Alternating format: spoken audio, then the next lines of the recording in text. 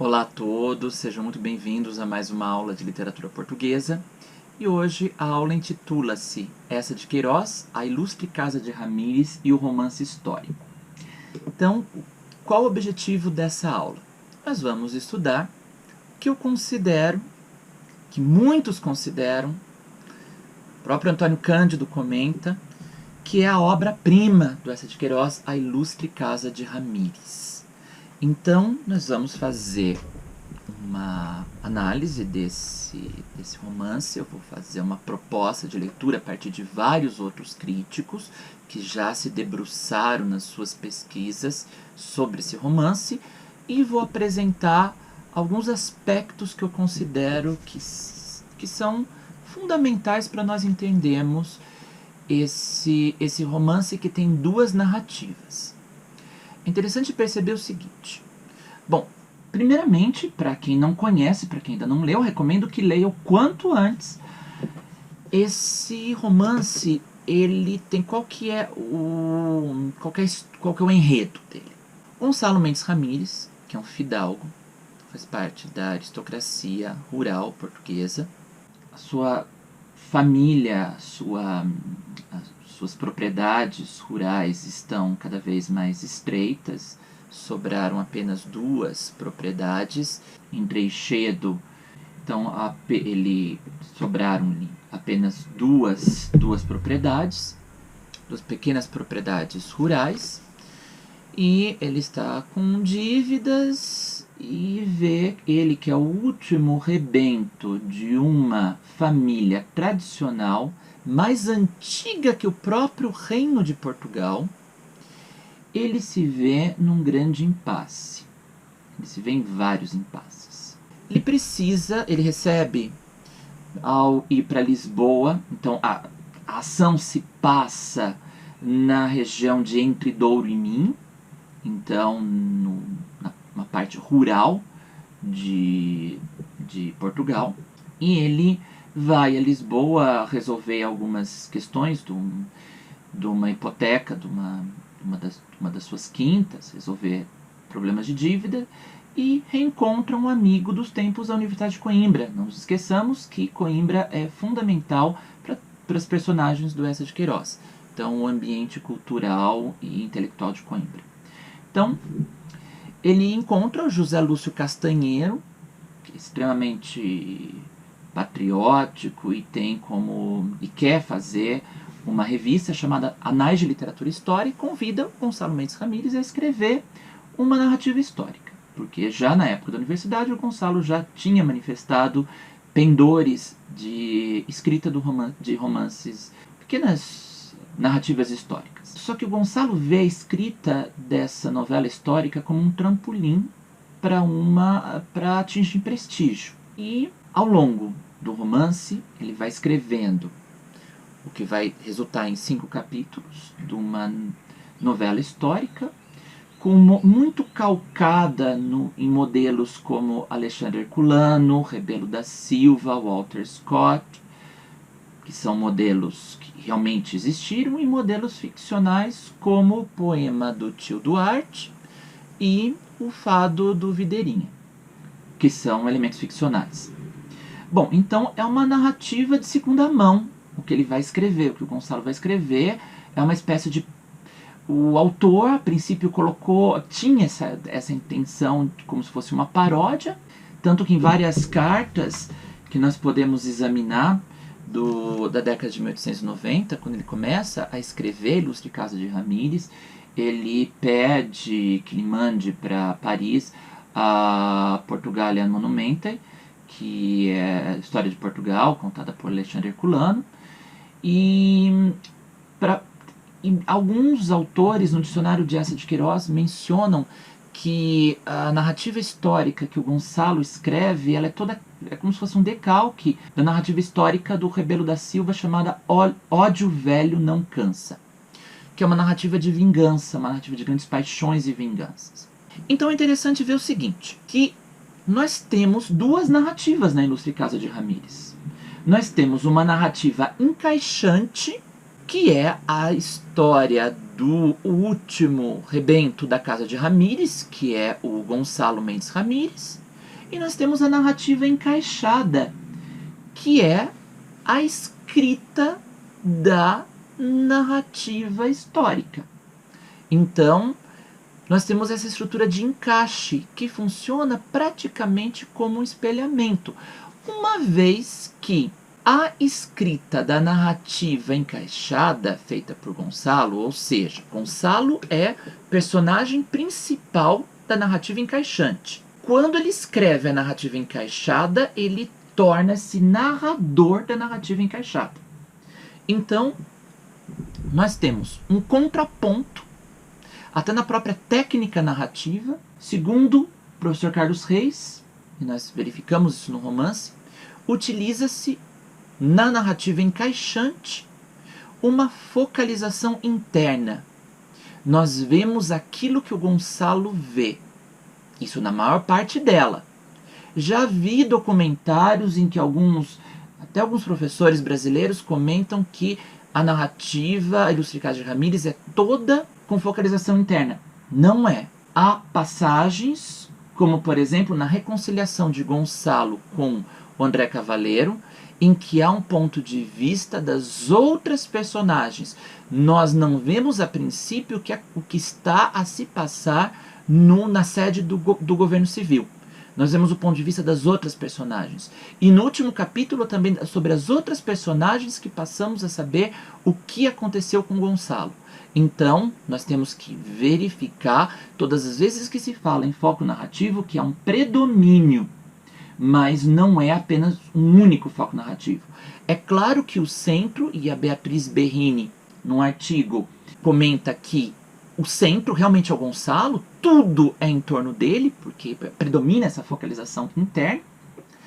Então, nós vemos que durante a escrita da novela, nós vemos uma oposição entre os valores de heroísmo, de coragem, de nobreza, de empenho à palavra dada do Trutezindo Ramírez, personagem da novela encaixada, da novela histórica que o Gonçalo está a escrever, e a covardia, as trapaças, as mentiras, a falta do empenho à palavra dada feita pelo Gonçalo na narrativa encaixante.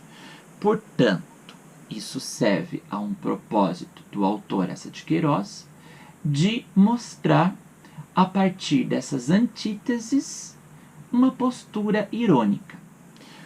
Embora alguns críticos, de uma maneira um tanto rasa e imatura, digam que a Ilustre Casa de Ramírez e a Cidade e as Serras representem uma reconciliação de Eça de Queiroz com a terra portuguesa numa postura conservadora, eu discordo totalmente, porque ainda nós vemos essa postura reformista. Diluída, sim, muito diluída, só que não há só uma postura reformista, é uma postura de compreensão. Não é uma postura de destruição dos valores da sociedade portuguesa, mas também uma postura de construção e de compreensão. Então, o que nós vemos é que a escrita da novela histórica, por mais que essa novela possa ser vista como um pastiche, uma paródia de muitos dos romances românticos históricos, nós vemos que essa novela marca o que a Laura Cavalcante Padilha chama de escritura do desejo.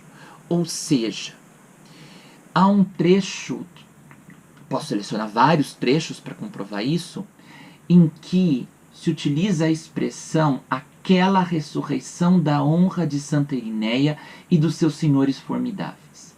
Então, ressurreição.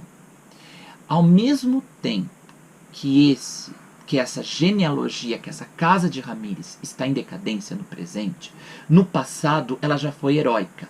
A partir da escrita se opera uma escrita do desejo de Gonçalo se unir aos seus antepassados. É a partir da escrita, é a partir da pena sobre o papel branco que se imprime as marcas deste inconsciente que o ligam a essa tradição familiar. Então nós vemos nessa oposição entre narrativa encaixante e narrativa encaixada.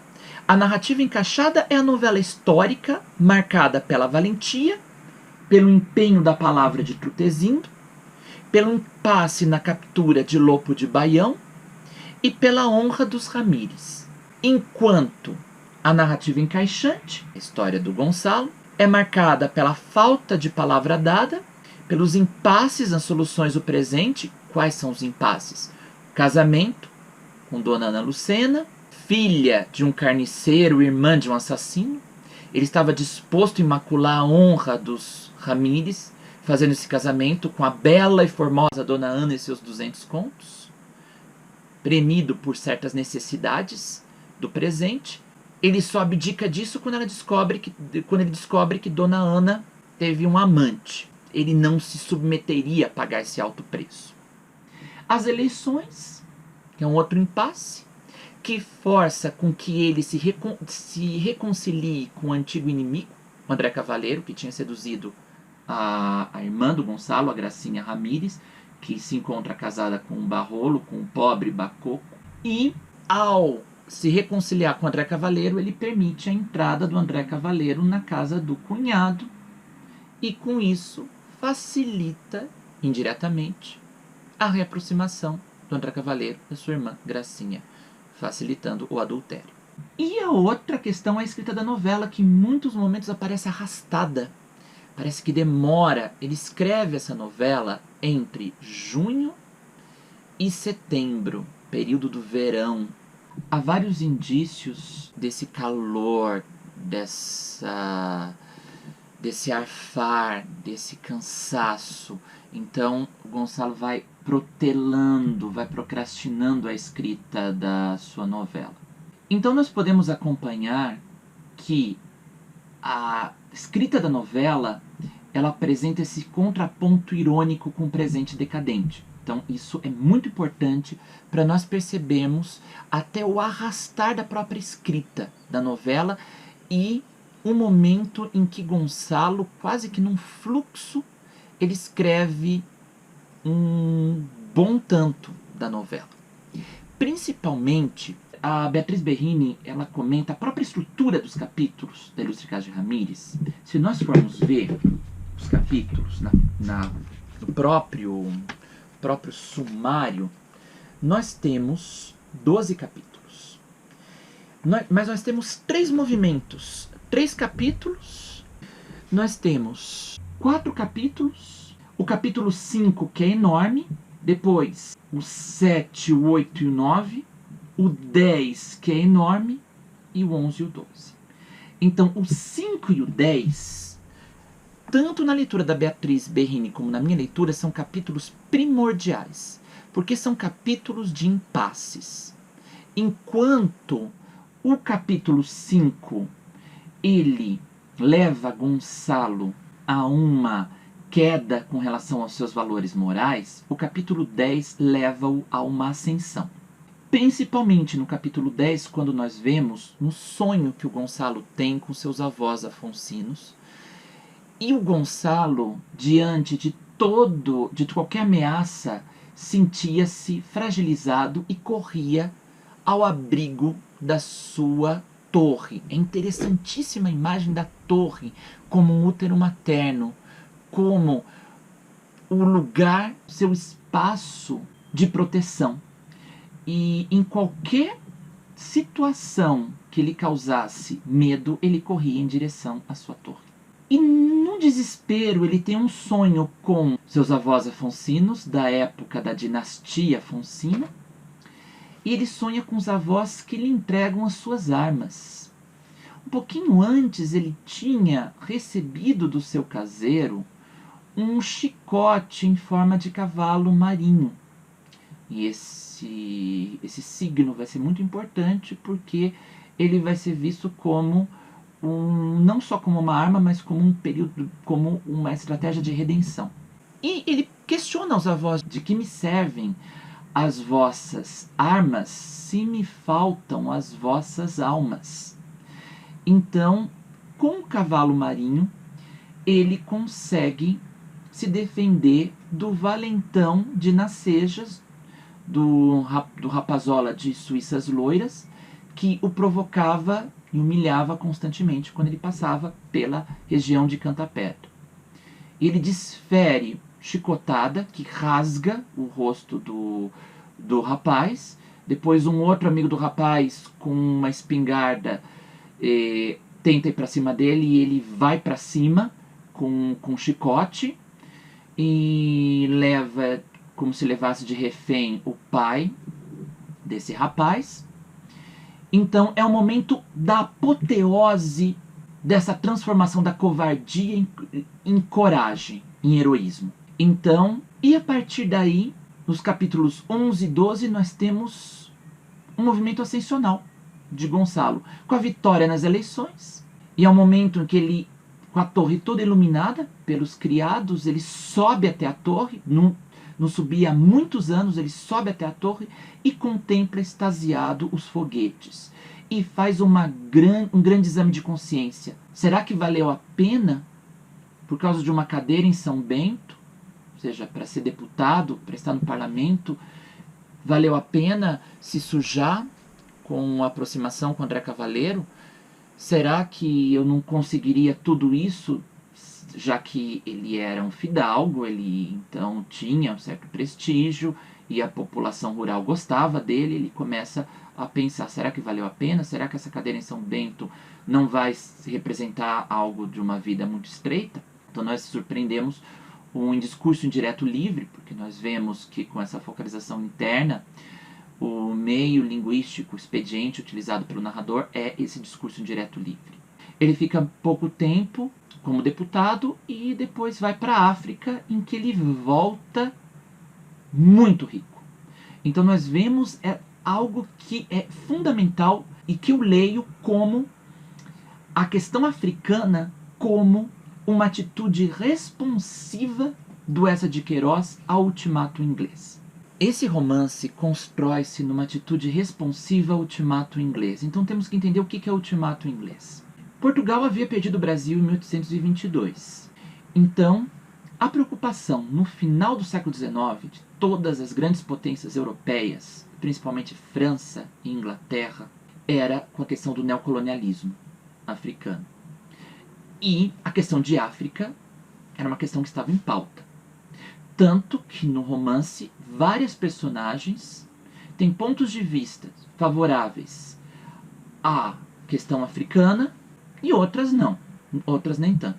Aparece num determinado capítulo que o Fulgêncio, líder do partido histórico, que o Gonçalo odiava, mas que depois o Gonçalo vai se candidatar a deputado pelo Partido Histórico, uma vez que o André Cavaleiro, governador civil de Oliveira, faz parte desse partido.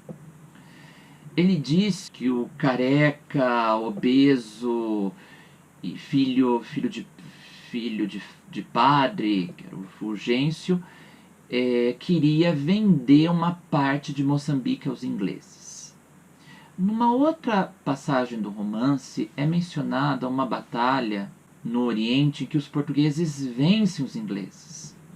Ou seja, alguns dados. A personagem Gracinha, no último capítulo do romance, numa conversa com o administrador João Gouveia, ela discorda dele quando ele diz que a questão africana é uma grande tolice e Portugal perde muito dinheiro com a África, que investe muito dinheiro nas colônias africanas. E a Gracinha diz, mas isso nos custou muito a conquistar, nós vamos entregar de mão beijada? Então nós vemos que essa questão africana, em termos históricos, sociológicos, é quase o miolo do romance. Eu vi recentemente no documentário um professor a dizer que a questão africana aparece só no final. Mentira. Leu talvez de maneira apressada esse romance para dizer isso. A questão africana, ela informa a estrutura do romance. Antônio Cândido, quando ele propõe um modelo de interpretação dialeticamente íntegra, em que os elementos externos, como sociais, políticos, econômicos, fazem parte da estrutura interna do texto, nós vemos que a questão africana ela dá grande forma a esse romance. Uma vez que Gonçalo, todos os outros Ramírez já deixaram a sua marca no tempo. E Gonçalo precisa deixar a sua marca. E como que ele vai deixar? É a questão africana. O que vem a ser o ultimato inglês? O rei Dom Carlos, que é um rei que foi assassinado pelos republicanos mais de esquerda. Ele foi assassinado em 1908, mas ele reina então de 1889 a 1908. Então ele assume numa situação em que a monarquia está bem impopular, tanto que em 1890 Portugal acalentava esse projeto africano do chamado Mapa Cor-de-Rosa, que entre Angola e Moçambique eles queriam ocupar esse território, mas a Inglaterra também queria ocupar esse território. E a Inglaterra faz um ultimato, exige que as tropas portuguesas sejam retiradas desse território, e o rei Dom Carlos curva-se à Inglaterra, porque a Inglaterra tinha força também, não tinha muito o que fazer. Isso abala, transforma-se numa grande ferida, não tão forte como a ferida de Alcácer Quibir, em que Portugal caiu de 1580 a 1640 sob domínio castelhano, que Alcácer Quibir, na minha leitura, é uma ferida narcísica. O Eduardo Lourenço também comenta isso, ferida narcisa na identidade portuguesa, mas o ultimato também é uma grande ferida. Então essa de Queiroz, estando em Paris, ele pede que quer consultar a monumental história de Portugal feita por Alexandre Herculano, e ele quer escrever então esse romance em que há duas narrativas, que elas caminham juntas e apresentam, como eu vos disse, esse contraponto irônico, marcado por antíteses e por ironias. Então, a questão africana ela surge como essa atitude responsiva ao ultimato inglês. Então, esse romance que mostra qual é o papel do Gonçalo, do último rebento da Casa de Ramírez. E nós vamos ver na próxima aula que o Gonçalo, ele representa Portugal.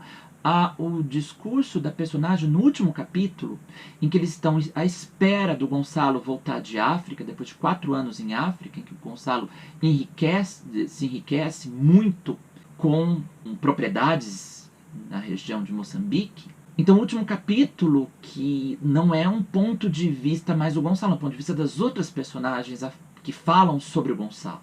Então, sabemos sobre o Gonçalo a partir das outras personagens. E nós vemos que esse romance, ele constrói-se a legitimar a questão africana. Ou seja, qual é a saída para Portugal? É a questão africana. E no final nós ficamos com as palavras do administrador João Gouveia, que homologa Gonçalo a Portugal. Então, eu deixo-vos o último slide e leio esse slide, mas eu sustento a semelhança. Aquele todo de Gonçalo, a franqueza, a doçura, a bondade, a imensa bondade que notou o Sr. Padre Sueiro, os fogachos entusiasmos que acabam logo em fumo, e juntamente muita persistência, muito aferro quando se fila sua ideia, a generosidade, o desleixo, a constante atrapalhada nos negócios, o sentimento de muita honra, uns escrúpulos quase pueris, não é verdade? A imaginação que o leva sempre a exagerar até a mentira e ao mesmo tempo um espírito prático, sempre atento à realidade útil. A viveza, a facilidade em compreender, em apanhar. A esperança constante em algum milagre, no velho milagre de Eurique, que sanará todas as dificuldades. A vaidade, o gosto de se arrebicar, de luzir, e uma simplicidade tão grande que dá na rua o braço a um mendigo. Um fundo de melancolia, apesar de tão palrador, tão sociável. A desconfiança natural de si mesmo, que o acovarda, o encolhe até que um dia se decide, e aparece um herói que tudo arrasa. Até aquela antiguidade de raça, aqui pegada a sua velha torre há 1000 anos, até agora aquele arranque para a África, assim todo completo, com bem, com mal. Sabem vocês que ele me lembra? E as outras personagens perguntam, quem? E o João Gouveia diz, Portugal. Então nós vemos aqui nesse slide a Torre da Lagareira, que inspirou essa de Queiroz a escrever esse romance. Ele fez toda uma pesquisa nessa região do Portugal rural. E nós vemos essa leitura alegórica, ou seja, de Gonçalo e a família Ramírez equivalerem a Portugal. Então nós vemos, eu deixei em amarelo os elementos positivos: franqueza, doçura, bondade, entusiasmos, persistência, generosidade, muita honra, imaginação, espírito prático, realidade útil, viveza, simplicidade. Herói, tudo arrasa, antiguidade de raça, arranque para a África, bem. Em laranja deixei o que seria um negativo. Acabam logo em fumo, ou seja, os projetos feitos acabam não dando em nada. Desleixo, atrapalhada nos negócios, escrúpulos, pueris, exagero, mentira, gosto de se arrebicar, vaidade, de se luzir, fundo de melancolia, desconfiança terrível de si mesmo, acovarda e mal. Por um lado, então nós temos essas várias contradições, tanto de Gonçalo como do próprio Portugal. E principalmente eu deixei em vermelho essa esperança no velho milagre de Ourique. Lembrando que o milagre de Ourique está relacionado a uma visão lendária durante a batalha do primeiro rei de Portugal contra os mouros. Jesus Cristo ter-lhe-ia aparecido. Então, nós vemos essa leitura alegórica de Ramires, primeiramente de Gonçalo como Portugal, e depois de Ramires como Portugal, que nós vamos ver na próxima aula. Por hoje é só.